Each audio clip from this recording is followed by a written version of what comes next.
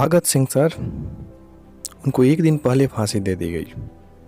उस बंदा में कितना जज्बा रहा होगा। जेलर आके सुनाता है कि सॉरी सर, कल ही फांसी देनी होगी। और ये बंदा अगले दिन 4 बजे नहा धोकर तैयार सर। और अगली बात तो और मज़ेदार है, क्योंकि जेलर इनसे जब पूछा कि कोई आखिरी इच्छा, तो ये एक किताब पढ़ रहे थे मार्क्स एंड लेनिन का।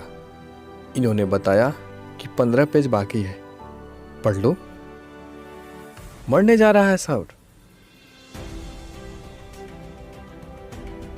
मरते वक्त कौन किताब पढ़ता है। मेडिकल चेकअप हुआ, इनका 4 केजी वेट बढ़ गया सर, 4 केजी।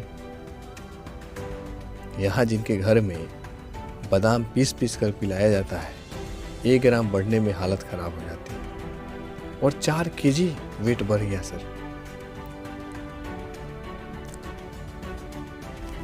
एक बार ये अपने चाचा के साथ खेत में गए। इनके चाचा ने वहाँ आम के पेड़ लगा रहे थे। ये चूंकि बहुत छोटे थे उस समय, जब इन्होंने पूछा कि इस पेड़ लगाने से क्या होगा, तो बताया, बेटे इस पेड़ लगाने से बहुत सारे आम मिलेंगे हमको।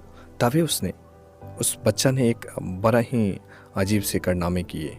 उन्होंने क्या किया कि वो बगल में रखी हुई बंदूक को लगे बोने। उनके चाचा ने पूछा कि बाबू, ये बंदूक बो रहे हो तो इसमें से तो गोलियां निकलेगी, तो कौन खाएगा। तो इन्होंने जवाब दिया, खाने के लिए अंग्रेज है ना। बचपन से अंग्रेज के प्रति इनका यह विचार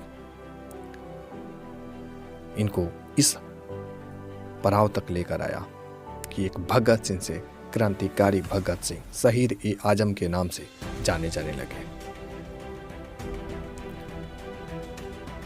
इनको फांसी इसलिए हुआ क्योंकि जब साइमन कमीशन भारत आ रहा था, बात 1928 की है, आया तो ये अपने गुरुजी के साथ, इनके गुरुजी लाला लाजपत राय थे, चूंकि वे नरम दल के थे और एक गरम दल के थे, वैचारिक रूप से तो मिलते नहीं थे, लेकिन प्रोटेस्ट कर रहे थे, प्रदर्शन कर रहे थे, शांति प्रदर्शन कर रहे थे। तभी वहाँ के पुलिस अधीक्षक सैंडर्स ने आदेश दिया कि मारो, और मारते समय पूरी तरह से लाला लाजपत राय घायल हो गए, और बाद में तो उनकी मृत्यु भी हो गई। तभी उन्होंने ये कसम खाया कि इस मृत्यु का बदला मैं लेकर रहूंगा, और उन्होंने बहुत जल्द 15 दिन के अंदर ही सैंडर्स को गोली मारकर बदला ले लिया। और यहां भी शांत नहीं रहे सर, पर्चे चिपका डाले कि मैंने सैंडर्स को मारकर लाला लाजपत राय की मृत्यु का बदला ले लिया है। एक बार तो इन्होंने असेंबली में बम पटक दिया सर, क्योंकि वह बम तो लो इंसेंटिव का था, जिसके कारण वे जानबूझकर ऐसी जगह पटके जिससे किसी को हानि ना हो, लेकिन और इनकलाब जिंदाबाद का नारा लगाते रहे। चाहते तो वे भाग जाते, क्योंकि वहां गैसों का एक बहुत बड़ा बवंडर खड़ा हो गया था, लेकिन नहीं भागे सर। ये एक ऐसा क्रांतिकारी है सर कि इन्होंने खुद अपना मौत का डिजाइन तैयार किया था सर। जब इनकी, अगर आपने इनके पहनावे पर ध्यान दिया होगा तो एक बात देखी होगी, चूंकि ये सिख थे और सिख की पहचान तो ये नहीं होती है, माथे पर पगड़ी, दाढ़ी, मूछे, लेकिन एक बात आपने ध्यान दिया होगा सर कि न तो पगड़ी है नहीं दाढ़ी। एक नवयुवक जो कि अपने धर्म से बड़ा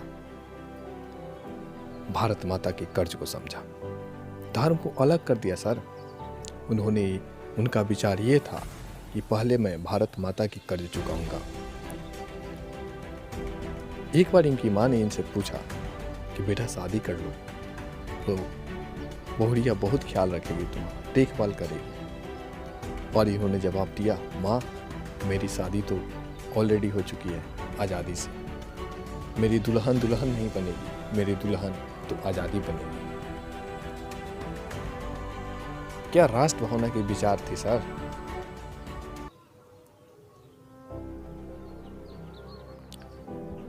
एक बात का हमें हमेशा दुख रहा है सर कि इतने बड़े क्रांतिकारी को बहुत ऐसे संकीर्ण विचार वाले इतिहासकार हैं जो कि आतंकवादी का दर्जा देते हैं सर। इन्हें शहीद का दर्जा नहीं दिया जाता है, लेकिन वास्तव में ये भारत के बहुत बड़े शहीद हुए सर, बहुत बड़े क्रांतिकारी।